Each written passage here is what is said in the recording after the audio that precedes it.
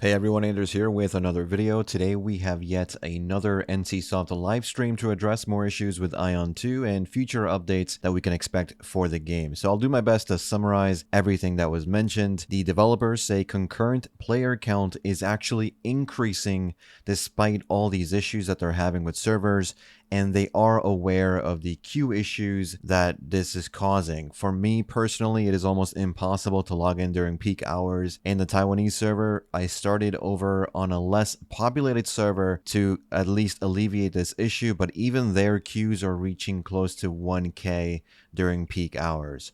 Merge Auction House is coming this week or the next week at the latest.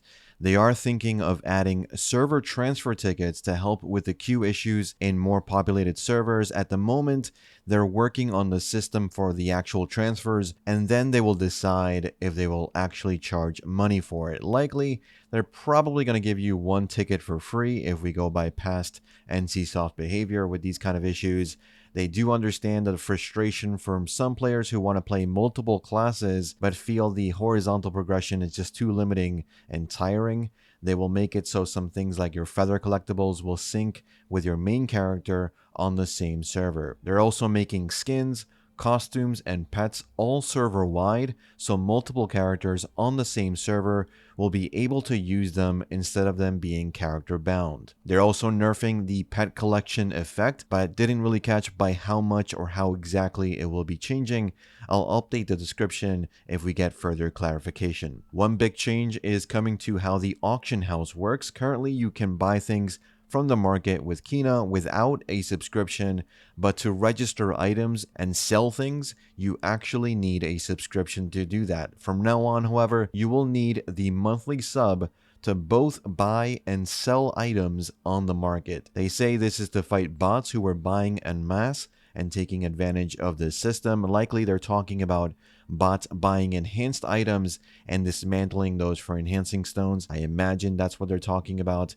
Rift quests are also changing. From now on, they will require you to be level 45, and they have made it so that players will be unable to attack enemy players if they are 5 levels above them. Rift time is also being changed to 1 hour instead of 30 minutes, which is a good change. The player cap, however, for those portals will stay at 200, so depending on when you play and what your objectives are in Rift, this might actually not change your play much. For quality of life, they are giving you the option to turn off the zoom animation when you open and close the map so it feels more smooth. One thing I wish they would add is the auto path you select to show in the minimap and then save itself so you don't actually have to go back into the map every time you veer off the path or you want to gather a collectible. They're also going to be adding an RMB interaction for PC. DDoS attacks were hitting both Taiwan and Korean servers, and they are doing their best to defend against such actions. Taiwan was basically unplayable for almost an entire day for me over the weekend, but it seems Korea has been able to deal with it better. Abyss large-scale wars took place over the weekend, and they understand that there were optimization issues. Mainly the render distance is just too short, so sometimes enemy players don't show up until they're almost on top of you. They're working on increasing the render distance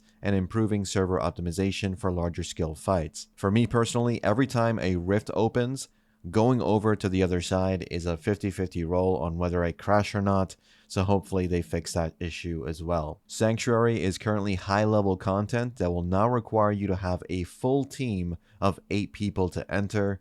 There's also a party invite option improvement coming to make it easier to set up premades. Middle Abyss Rashanta is being removed from this season, considering the high gear score requirement. Bracelet Crafting is coming soon. Presets are also in the works, but we need to wait a bit longer for that one. The camera lock in daily dungeon content is being removed. Class balance will take some time as I need more data to see how each class will do, depending on the gear difference. Alchemy is getting the impact type resist scroll recipe that was only in the Abyss Trade shop. They mentioned there will be animation improvements for all classes after this week's maintenance. PC dedicated UI is still in the works and will take a bit more time to release.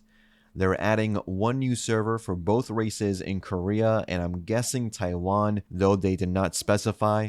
Really hope it does come for Taiwan because the game is currently unplayable for half the day and worse on weekends. They said they were surprised by how fast everyone is burning through the content available for us right now. They also mentioned hitting cube changes. These are the rare loot chests that spawn around the map and allow you to open freely or use keys that you can get from quests or the shop to get better rewards.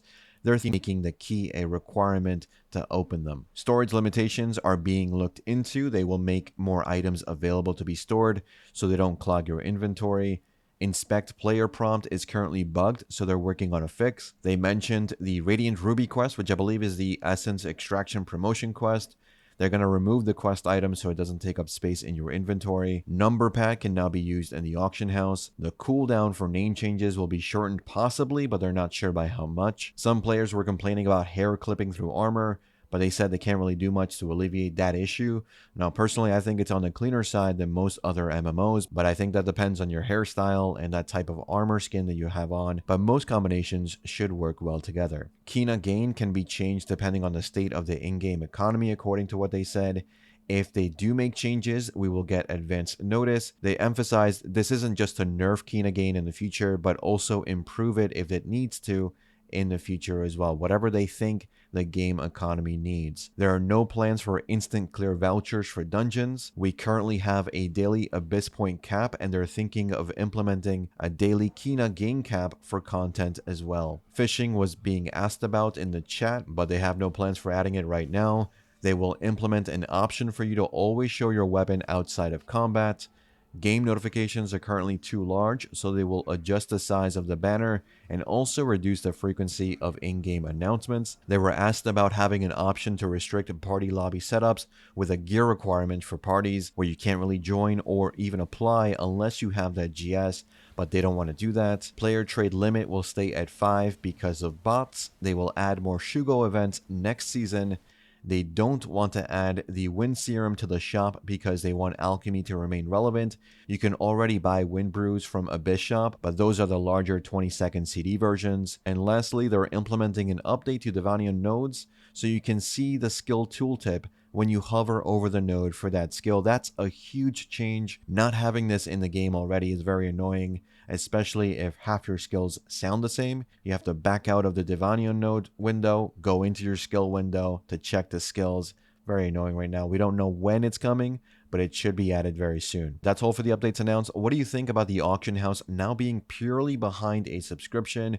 We should be getting some items in the mail after this live stream as well, so check your in-game mail if you're playing in Taiwan or Korea. I will have another impressions video out very soon, and I will also be going over monetization in that video as well. Server issues have honestly been limiting my playtime, but I think I played enough to talk about some endgame content and my thoughts after leveling through and starting gear progression.